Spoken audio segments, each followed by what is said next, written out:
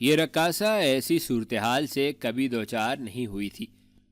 اسے ایسی کڑوی باتیں کبھی کسی نے نہیں کہی تھیں۔ اسے اس کے حسن و جوانی اور رقص کی تعریفیں کرنے والے ملا کرتے تھے۔ اب اس کے اندر ایک انکشاف ابھرنے لگا تھا۔ تم بھی فریب ہو اور تمہارے چاہنے والے بھی فریب ہیں۔ ظرفا کو شاید میں نے دیکھا ہے، سمرتی نے کہا۔ اگر وہی ہے تو بہت خوبصورت لڑکی ہے۔ تم اسے چاہتے ہو؟ میری روح اسے چاہتی ہے، ارمغانی نے کہا۔ تم نے اس محبت کا ذائقہ نہیں چکھا۔ اگر میں تمہیں پناہ دوں تم مجھے اس محبت کے ذائقے سے سرشار کر سکتے ہو، سمرتی نے کہا۔ میرے اندر معلوم نہیں کیا ہونے لگا ہے، جیسے زمین زلزلے سے ہل رہی ہو۔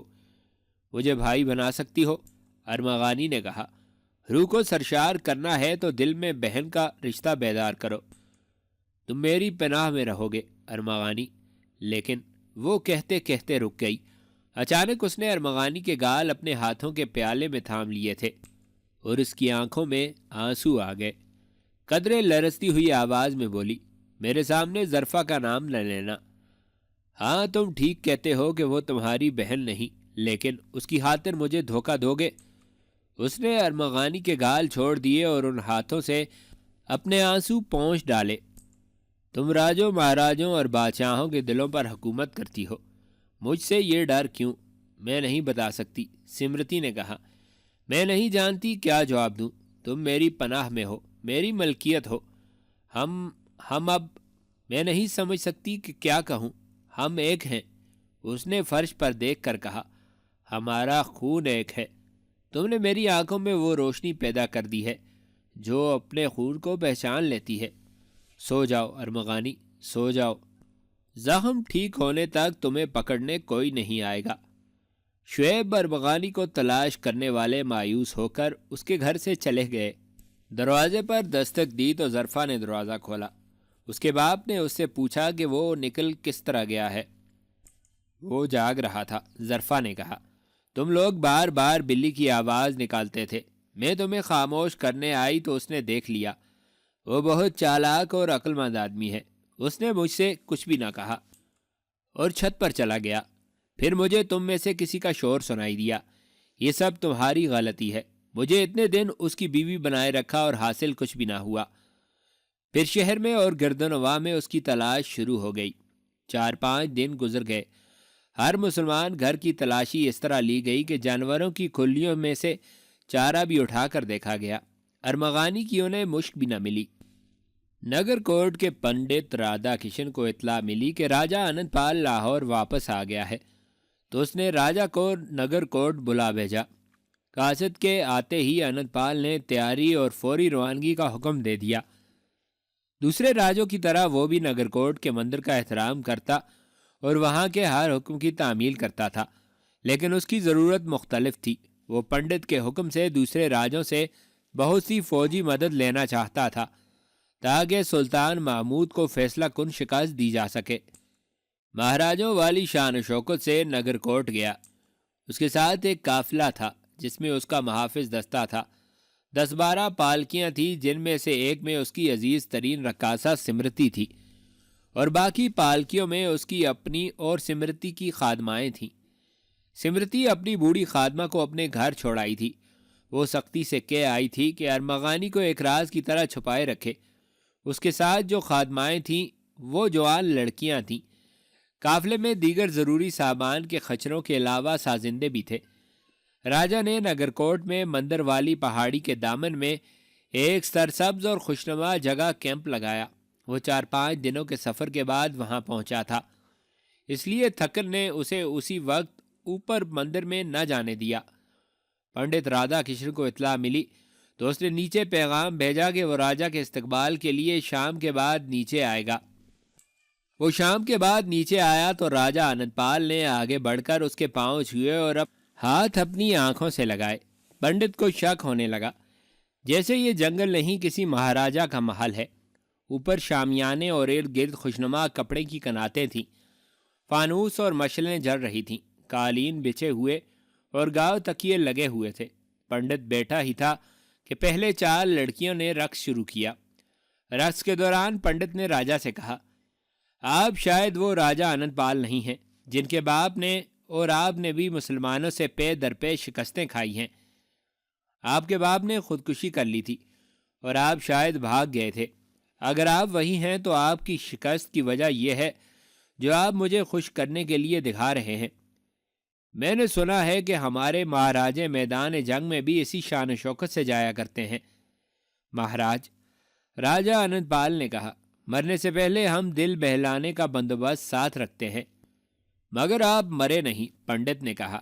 اتنی بار شکست کھا کر بھی آپ زندہ ہیں، اور آپ صرف اس لیے زندہ ہیں کہ آپ اپنی بہشت خود بنا کر اسی میں رہنا پسند کرتے ہیں۔ میں نے آپ کو اسی لیے بلایا ہے کہ آپ کو بتاؤں کہ آپ کی شکست کی وجہ کیا ہے۔ جسم کی لذت اور سرور حاصل کرنے والوں کا انجام یہی ہوا کرتا ہے۔ اتنے میں لڑکیاں رقص کرتی ہوئی یوں ایک طرف غائب ہو گئیں جیسے ہوا میں تیرتی ہوئی تحلیل ہو گئی ہوں۔ سازوں کی دھن بدل گئی۔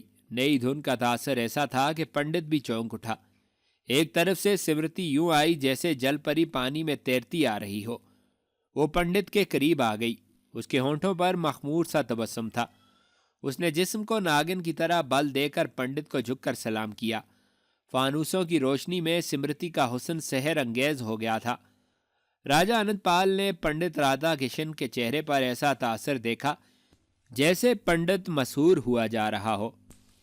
سمرتی کا جسم ہوا میں جھولتی پھولوں سے لدی ہوئی ڈالی کی طرح سازوں کی تھرکتی ہوئی پرسوز لے پر جھولنے لگا تو پنڈت نے راجہ آنند پال سے پوچھا، ہندو یا مسلمان؟ مسلمان، راجہ آنند پال نے جواب دیا۔ اس پیشے میں ہم صرف مسلمان لڑکیوں کو ڈالتے ہیں۔ اگر رقاصہ کو ہم اپنے مندر کی بنا لیں تو آپ ہمارے حوالے کر دیں گے؟ اس کے بجائے مہاراج مجھ سے 100 لڑکیاں لے لیں، راجہ آنند پال نے کہا۔ یہ رقاصہ مجھے اپنی جان سے زیادہ پیاری ہے۔ میں یہی سننا چاہتا تھا، پنڈت نے کہا۔ میں اسے اپنے لیے نہیں لے جا رہا۔ میں مندر میں کسی داسی کو بھی نہیں رکھتا۔ رقاصہ کو کیوں رکھوں گا؟ اسے کشن بھگوان کے چرنوں میں قربان کرنا ہے۔ قربان کرنا ہے؟ راجہ نے بدک کر پوچھا۔ ہاں راجہ آنند پال، پنڈت نے کہا، یہ خواہش میری نہیں، یہ دیوتاؤں کا انتخاب ہے۔ یہ رقاصہ انہوں نے مانگی ہے۔ ہم لاہور میں 2 لڑکیوں کی جان کی قربانی دے چکے ہیں، اور آپ نے دونوں بار شکست کھائی، پنڈت نے کہا، کیونکہ آپ کے پنڈتوں نے ان لڑکیوں کو ناپاک کر کے ذبح کیا تھا۔ مجھے خواب میں کشن مراری کا اشارہ ملا تھا کہ قربانی اس لڑکی کی دو جو رقص میں بے مثال ہو، حسن میں بے مثال ہو، بوڑھی نہ ہو، نوجوان بھی نہ ہو، اور وہ جس کے پاس ہو اسے اتنی عزیز ہو کہ کسی قیمت پر کسی کو دینے پر رضامند نہ ہو سکے۔ میں بہت عرصے سے ایسی رقاصہ کو ڈھونڈ رہا تھا، مجھے مل گئی ہے۔ میں ہندو دھرم کی فتح چاہتا ہوں۔ میں تمہیں دیوتاؤں کے قہر سے بچانے کی فکر میں ہوں۔ راجہ آنند پال نگرکوٹ کے پنڈت کی حکم عدولی نہیں کر سکتا تھا۔ پنڈت نے اس کے ساتھ سلطان محمود پر حملے کی اور ہندوستان سے مسلمانوں کو نکالنے کی وہی باتیں کی جو وہ بہت دن پہلے دوسرے مہاراجوں سے کر چکا تھا۔ اسے بھی پنڈت نے وہی مشورہ دیا کہ مسلمانوں کو پشاور سے آگے جہاں راجہ جے پال نے شکست کھائی تھی للکارو اور اسے شکست دے کر لمغان کے سلسلہ کو میں گھس جاؤ۔ آگے غزنی ہے۔ غزنی کی سلطنت کو ہماری فوجوں سے بچانے والا کوئی نہ ہوگا۔ بحیرہ اور ملتان کا کیا بنے گا؟ راجہ آنند پال نے پوچھا۔ دونوں شہروں کی مسلمان فوج ہماری قیدی ہوگی، پنڈت نے کہا۔ آپ چلے جائیں اور راگ رنگ کو بھول کر جنگی تیاری کریں۔ تمام ریاستوں کی فوج آپ کے پاس پہنچ رہی ہے۔ اگلے روز راجہ آنند پال اوپر گیا اور مندر میں پوجا پاٹ کر کے واپس آ گیا۔ سمرتی کو پنڈت رات کو ہی لے گیا تھا۔ راجہ آنند پال اسے دیکھ بھی نہ سکا۔ پنڈت رادھا کشن سمرتی کو پہاڑی مندر میں لے گیا۔ وہ خاموشی سے اس کے پیچھے چلی جا رہی تھی۔ اسے معلوم نہیں تھا کہ اسے ذبح کر کے اس کے خون سے کشن مراری کے بت کے پاؤں دھوئے جائیں گے۔ اسے جب پنڈت تہ خانے کے ایک کمرے میں لے گیا جہاں فرش پر قالین اور قالین پر بستر بچھا ہوا تھا تو سمرتی نے پنڈت سے پوچھا کہ اسے یہاں کیوں لایا گیا ہے؟ کیا تمہیں ہمارے ساتھ آنا اچھا نہیں لگا؟ پنڈت نے پوچھا اور کہا، بیٹھو تو صحیح۔ پنڈت مسکرانے لگا۔ سمرتی نے بیٹھ کر اس کا ہاتھ پکڑ لیا اور آہستہ سے کھینچا۔ پنڈت اس کے پاس بیٹھ گیا۔ سمرتی نے اس کی آنکھوں میں آنکھیں ڈال دیں۔ اس کے ہونٹوں پر تبسم آ گیا۔ پنڈت کے جسم نے جھرجھری لی۔ سمرتی نے کہا، مہاراج، آپ نے میرے رقص کی قدر نہیں کی۔ ابھی آپ نے میرا رقص دیکھا ہے، آواز نہیں سنی۔ آپ کو میرا جسم اچھا لگا ہے۔ اوہ، پنڈت نے سنجیدہ لہجے میں کہا، تم تو کچھ اور ہی سمجھ بیٹھی ہو۔ مجھے تمہارا جسم ضرور اچھا لگا ہے، مگر تم غلط سمجھ رہی ہو۔ ہماری زندگی عورت سے ہمیشہ خالی رہی ہے اور خالی رہے گی۔ کیوں؟ ہم تو عورت کو قریب سے دیکھنا بھی گناہ سمجھتے ہیں، پنڈت نے کہا۔ پھر آج یہ گناہ کیسے کر بیٹھے؟ ابھی جواب نہیں دے سکتا، پنڈت نے کہا۔ دل سے وہ وہم نکال دو جو تم نے میرے ساتھ اس کمرے میں آ کر پیدا کر لیا ہے۔ ہمیں تمہارے جسم کے ساتھ ذرا بھی دلچسپی نہیں۔ ہم سے ابھی کچھ نہ پوچھو۔ ہم تمہیں دیوی کا درجہ دیں گے، تمہیں گنگا جل میں نہلائیں گے، تمہارے سارے پاپ جھڑ جائیں گے۔ سمرتی کی ہنسی نکل گئی۔ وہ کچھ دیر ہنستی رہی اور پنڈت اسے دیکھتا رہا۔ وہ بچوں کی طرح ہنستے ہنستے اس طرح لڑک گئی کہ اس کا سر پنڈت کی گود میں جا گرا۔ اس کے بال بکھرے ہوئے اور بہت ملائم تھے۔ بالوں میں ایسا عطر لگایا گیا تھا جو مہاراجوں کے لیے تیار کیا جاتا تھا، اور مہاراجے یہ اپنی خاص قسم کی عورتوں کو لگایا کرتے تھے۔ اس کی بو میں مدہوشی کا اثر تھا۔ اس اثر کے ساتھ سمرتی کے ریشمی بالوں اور عریاں کندھوں کے لمس کا اثر شامل ہوا تو پنڈت کا جسم بڑی زور سے کانپا۔ اس نے عورت کو اتنی قریب سے کبھی نہیں دیکھا تھا، مگر قدرت کا ایک شاہکار اس کی گود میں آن گرا تھا۔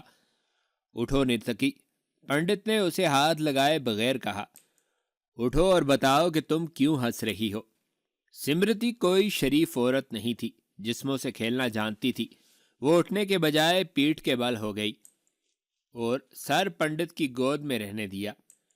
اس نے اوپر دیکھا اور بچوں کی شوخی سے بولی، آپ مجھے گنگا جل میں نہلا کر میرے پاپ دھو ڈالیں گے؟ نہیں، آپ نے غلط کہا ہے۔ کہنا یوں چاہیے کہ میں گنگا میں اتروں گی تو گنگا کے پاپ بہہ جائیں گے۔ پنڈت نے اسے اٹھانے کی کوشش نہ کی۔ سمرتی ناگن کی طرح بال کھا کر اٹھی اور پنڈت کے دونوں ہاتھ اپنے ہاتھوں میں لے کر بولی، میں سمجھ گئی ہوں، آپ مجھے یہاں کیوں لائے ہیں؟ مجھے پاک کرنے کے لیے۔ وہ اچانک سنجیدہ ہو گئی اور بولی، میرے پاپ اس روز دھلیں گے جس روز تمام پاپیوں کو آپ گنگا میں ڈبو دیں گے، جنہوں نے میرے جسم کو کھلونا بنایا ہے۔ کیا آپ کا بھگوان ان کا کچھ نہیں بگاڑ سکتا؟ اور پنڈت جی مہاراج، میرا کوئی مذہب نہیں، میرا کوئی مذہب رہنے نہیں دیا گیا۔ مجھے تھوڑے دن ہوئے پتہ چلا کہ میرے اندر جو روح ہے وہ پاک ہے، اور یہ روح اس انسان کے انتظار میں میرے جسم کے پنجرے میں تڑپ رہی ہے جو اسے سچا پیار دے گا۔ تم یہ بھی جانتی ہوگی کہ وہ کون ہے؟ وہ آپ بھی ہو سکتے ہیں، سمرتی نے کہا۔ وہ کوئی آپ سے زیادہ بوڑھا بھی ہو سکتا ہے، وہ کوئی مجھ سے زیادہ جوان بھی ہو سکتا ہے، کوئی رشی منی اور کوئی مولوی بھی ہو سکتا ہے وہ کسی کٹیا میں رہتا ہو، وہ کسی محل کا باسی بھی ہو سکتا ہے۔ کیا آپ کے پاس گنگا جل میں دھلا ہوا پیار نہیں ہے؟ پنڈت یوں چونکا جیسے اسے کسی نے بڑے پیارے خواب سے بیدار کر دیا ہو۔ وہ جو دعویٰ کرتا تھا کہ اس کی زندگی عورت سے خالی رہی ہے اور خالی رہے گی، سمرتی کے ریشمی بالوں میں الجھ گیا تھا۔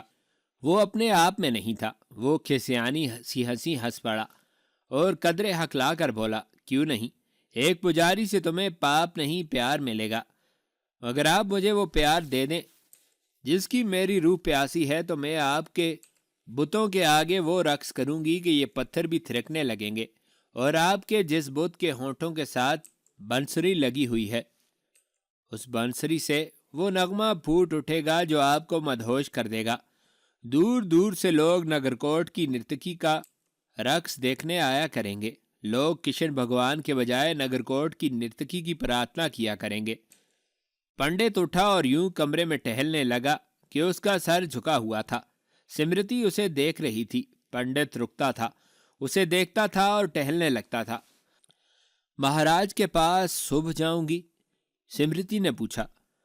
اگر میں تمہیں مہاراج انند پال سے ہمیشہ کے لیے مانگ لوں تو کیا کہو گی؟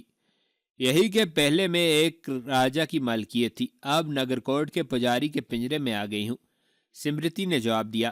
لیکن میری روح کی قیمت آپ کو ادا کرنی ہوگی، جو زر و جواہرات کی صورت میں نہیں ہوگی۔ اس نے اپنے گلے میں پڑا ہوا بیش قیمتی ہار گلے سے زور سے نوچا اور ایک بیکار چیز کی طرح پنڈت کے پاؤں میں پھینک دیا۔ انگلیوں سے ہیروں والی انگوٹھیاں اتار پھینکی اور بولی، انہیں اپنی گنگا میں بہا دیں۔ پنڈت نے جھک کر یہ چیزیں اٹھائیں اور آہستہ سے آگے رکھ کر کہا، آرام سے سو جاؤ، ہم صبح آئیں گے اور گنگا کے کنارے چلیں گے۔ راجہ انت پال لاہور چلا گیا۔ اس کے دل پر بوجھ سا تھا۔ سمرتی کے ساتھ اسے پیار تھا اور یہ پیار اس کے فن کی بدولت تھا، بلکہ یہ فن کا پیار تھا۔ وہ سمرتی کی بجائے 100 حسین کنواریاں قربان کرنے کو تیار تھا، مگر پنڈت نے سمرتی کو ہی قربانی کے قابل سمجھا۔ راجہ زیادہ دن پریشان نہ رہ سکا، کیونکہ دوسری ریاستوں کی فوجیں لاہور میں آنے لگی تھیں۔ ان میں کنوج، گوالیار اور اجمیر کی فوجیں تھیں۔ کالنجر کی فوج کو لاہور بھیجنے کی بجائے پشاور کی طرف روانہ کر دیا گیا۔ اس کے کمانڈروں کو حکم دیا گیا تھا کہ وہ دریائے سندھ پار کریں، اپنی طرف کے کنارے سے دور خیمہ زن ہو جائیں۔ یہ 1008 عیسوی کے ساون بھادوں کے دن تھے۔ دریا چڑھے ہوئے تھے۔ فوجوں کی نقل و حرکت میں خاصی دشواری پیش آتی تھی۔ دریا پار کرنے بہت مشکل تھے۔ کشتیوں کے پل بنتے تھے، سیلاب آ جاتا اور پل بیکار ہو جاتے تھے، لیکن اتنی بڑی فوج کو مجوزہ میدان جنگ کے قریب اپنی مطلوبہ جگہ تک پہنچانے کے لیے مہینوں جتنا وقت درکار تھا۔ رسد اور فالتو سامان پہنچانا بھی آسان نہیں تھا۔ ہند کے راجہ سلطان محمود کو اتنی مہلت نہیں دینا چاہتے تھے کہ وہ اپنی فوج کی کمی پوری کر لے۔ مورخ لکھتے ہیں کہ لاہور فوجی کیمپ بن گیا تھا۔ فوج کی کیفیت یہ تھی کہ اس کی نفری بڑھتی جا رہی تھی۔ ایک تو ریاستوں کے دستے آ رہے تھے اور دوسرا یہ کہ غیر فوجی ہندو جوان جو تیغ زنی، تیر اندازی اور گھڑ سواری کی سوجھ بوجھ رکھتے تھے، وہ جوک در جوک فوج میں شامل ہو رہے تھے۔ انہیں باقاعدہ تربیت یافتہ فوج میں تقسیم کیا جا رہا تھا۔ ہندو مائیں اپنے بیٹوں کو فوج میں بھیج کر فخر محسوس کرتی تھی۔ مندروں کے پنڈتوں نے مسلمانوں کے خلاف ایسا زہریلا اور حقارت آمیز پروپیگنڈا کیا تھا کہ کوئی ماں اپنے بیٹے کو جنگ میں جانے سے نہیں روکتی تھی۔ لوگوں نے فوج کے لیے رسد کے انبار لگا دیے تھے۔ رسد میدان جنگ تک لے جانے کے لیے لوگوں نے اپنے بیل، بھینسے اور اونٹ دے دیے تھے۔ مندروں میں یہی ایک دعا سنائی دیتی تھی کہ ہندو دھرم کی فتح اور اسلام کی شکست۔ ہندوؤں کے دلوں میں جیسے اور کوئی خواہش تھی ہی نہیں۔ وہ جب لاہور کے ارد گرد فوجوں کا اجتماع دیکھتے تھے تو خوشی سے ان کے چہرے لال ہو جاتے تھے۔ مورخوں خصوصاً فرشتہ اور البرونی نے لکھا ہے کہ ہندوستان نے اتنی فوج پہلے کبھی نہیں دیکھی تھی جو ایک متحدہ کیمپ میں جمع ہوئی ہو۔ اس کے مقابلے میں سلطان محمود غزنوی کو اللہ کا سہارا تھا اور اپنی جنگی فہم و فراست پر بھروسہ تھا۔ وہ پشاور میں تھا اور اسے لاہور سے اطلاعات مل رہی تھیں کہ اس کے خلاف انسانوں، گھوڑوں اور ہاتھیوں کا ایک سیلاب تیار ہو رہا ہے۔ اسے یہ بھی پتہ نہیں چل رہا تھا کہ اس سیلاب کا رخ کس طرف ہوگا۔ اس نے بحیرہ اور ملتان میں اتنی رسد رکھوا دی تھی کہ معاذرے کی صورت میں محصورین کے لیے 1 سال تک خوراک کافی تھی۔ اس نے سوچا تھا کہ ان شہروں کا محاصرہ ہوا تو وہ باہر سے محاصرہ توڑنے کی کوشش کرے گا۔ ایک روز اسے دیدبانوں نے اطلاع دی کہ ہزرہ کے قریب کالنجر کی فوج خیمے گاڑ رہی ہے۔ اس سے اسے اور زیادہ فکر پیدا ہوئی۔ وہ سمجھا کہ ہندو 3 محاذ کھولیں گے، بحیرہ اور ملتان کے محاصرے، اور اسے پشاور روکے رکھنے کے لیے ادھر بھی حملہ کریں گے۔ یہ سلطان کے بس کی بات نہیں تھی کہ تینوں محاذوں پر لڑتا اور فتح بھی حاصل کرتا۔ پھر ایک روز یوں ہوا کہ ہند کی متحدہ فوج سیلاب کی طرح چل پڑی۔ اس کا رخ پشاور کی طرف تھا۔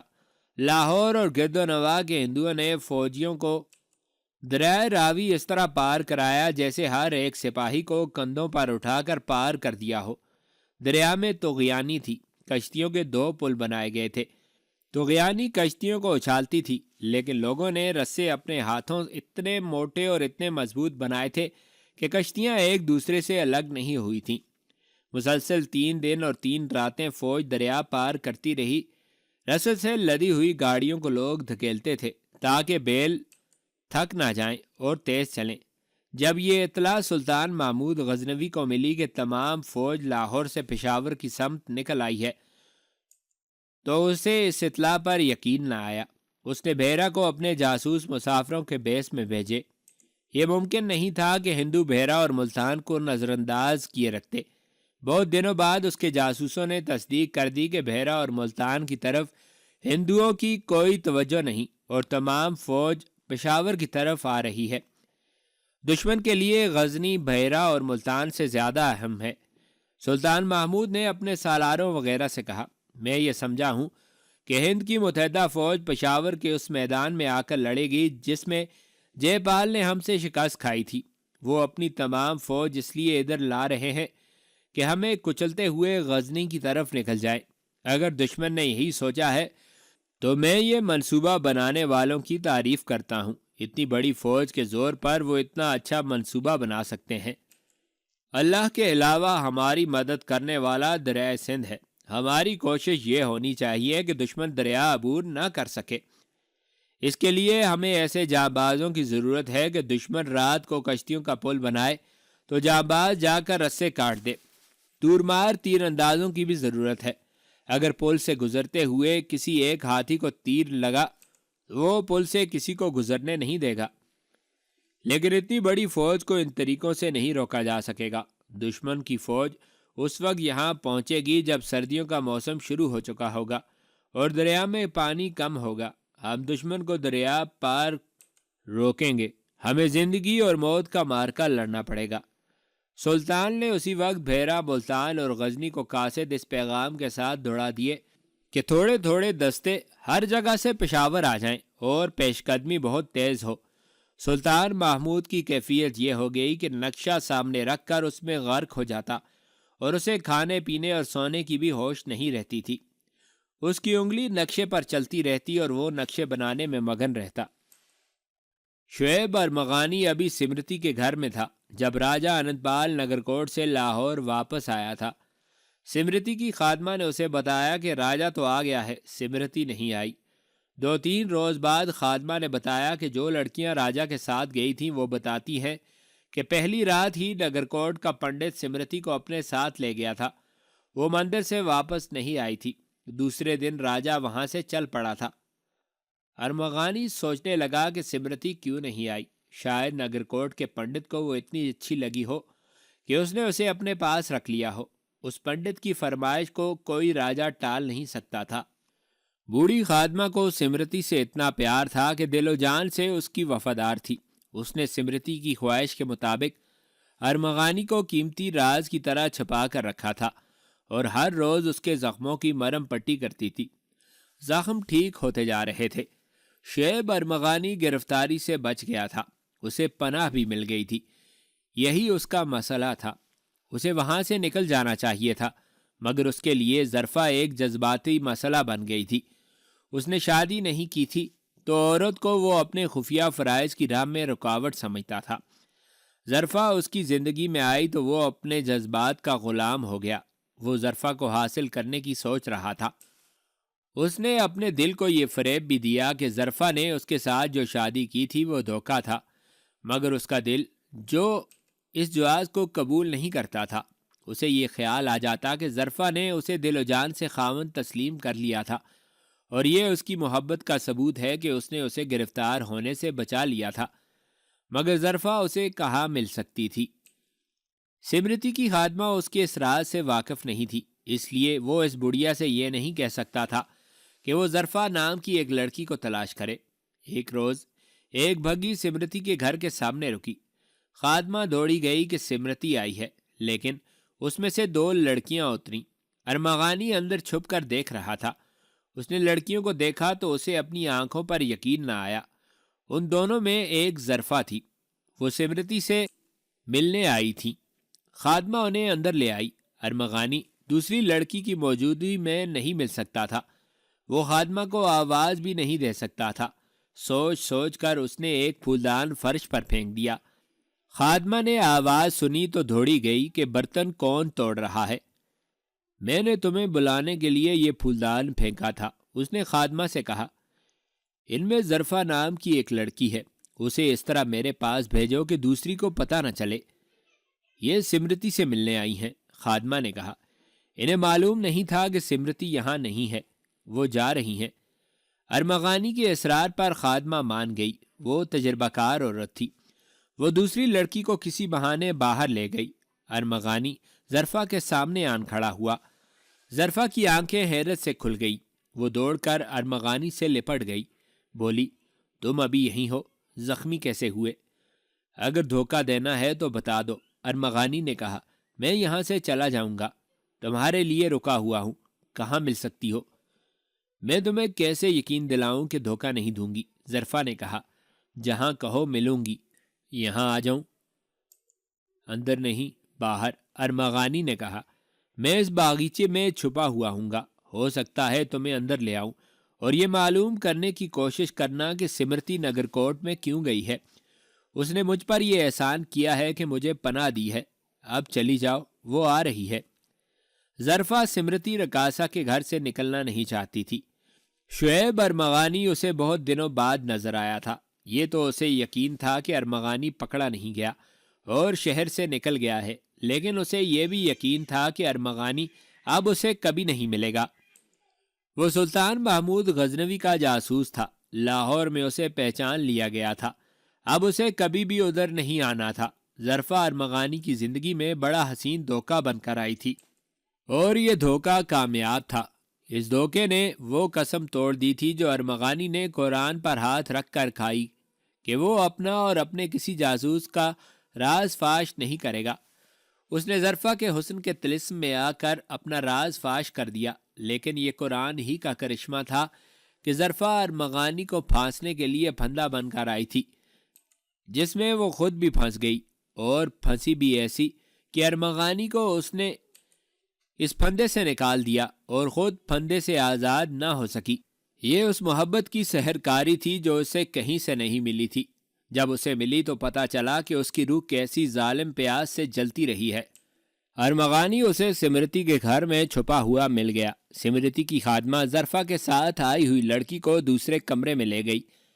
ارمغانی اور ظرفا ملے تو ظرفا کو خواب کا دھوکہ ہوا، لیکن وہ زیادہ دیر تک اکٹھے نہ رہ سکے، کیونکہ سمرتی کی خادمہ ظرفا کی سہیلی کو زیادہ دیر تک دوسرے کمرے میں روک نہیں سکتی تھی۔ ارمغانی نے اسے کہا کہ وہ اسے کل رات اس گھر سے باہر ملے۔ وہ کمرے سے نکل گیا۔ ظرفا اس کے ساتھ آئی ہوئی لڑکی کے ساتھ چلی گئی تھی۔ خادمہ نے ارمغانی سے پوچھا کہ وہ ظرفا سے چوری چھپے کیوں ملا ہے۔ یہ ایک قدرتی سوال تھا جو خادمہ کے ذہن میں پیدا ہوا۔ وہ ارمغانی کی ہمراز تھی، لیکن ارمغانی کے اصل راز سے وہ واقف نہیں تھی۔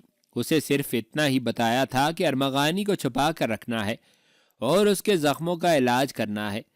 خادمہ خود رقاصہ رہ چکی تھی، اس کے جسم کی لچک ختم ہو گئی، اور جب جوانی اس کے سر میں 2-3 سفید بال اور چہرے پر ہونٹوں کے دائیں بائیں 2 باریک سی لکیریں چھوڑ کر رخصت ہو گئی تو راج محل میں اس کی ضرورت ختم ہو گئی۔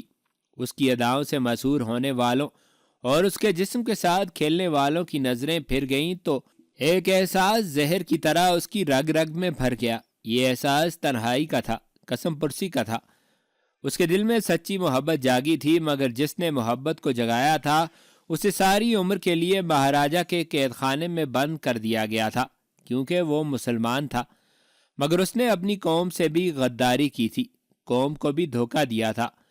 یہ تو کسی کو پتہ نہ چل سکا کہ رقاصہ بھی اس کو چاہتی ہے۔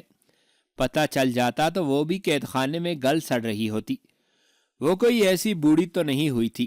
وہ چونکہ رقاصہ تھی اس لیے اس کے چھریرے جسم میں پھرتی اور حرکات میں مستعدی تھی۔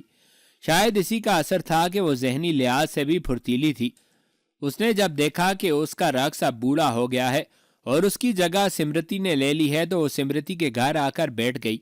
سمرتی کے معاملے میں اس کے دل میں وہ رقابت نہیں تھی جو ناچنے گانے والیوں کے درمیان ہوا کرتی ہے۔ سمرتی اسے بہت اچھی لگی تھی۔ سمرتی رقاصہ بھی تھی، مغنیہ بھی۔ اس کے جسم میں جادو تھا، آواز میں بھی۔ خادمہ جوں جوں پرانی ہوتی گئی، اس کے دل میں سمرتی کی محبت نکھرتی آئی۔ پھر وہ وقت آیا کہ سمرتی اس رقاصہ کو جو اس کی خادمہ بنی ماں سمجھنے لگی۔ وہ جب رقص کو خیر باد کہہ کر سمرتی کے گھر آئی تو سمرتی نے اسے گلے لگا لیا اور ہمیشہ کے لیے اپنے پاس رکھ لیا۔ وقت گزرنے کے ساتھ ساتھ اس پرانی رقاصہ نے اپنے آپ کو سمرتی کی خادمہ کا درجہ دے دیا۔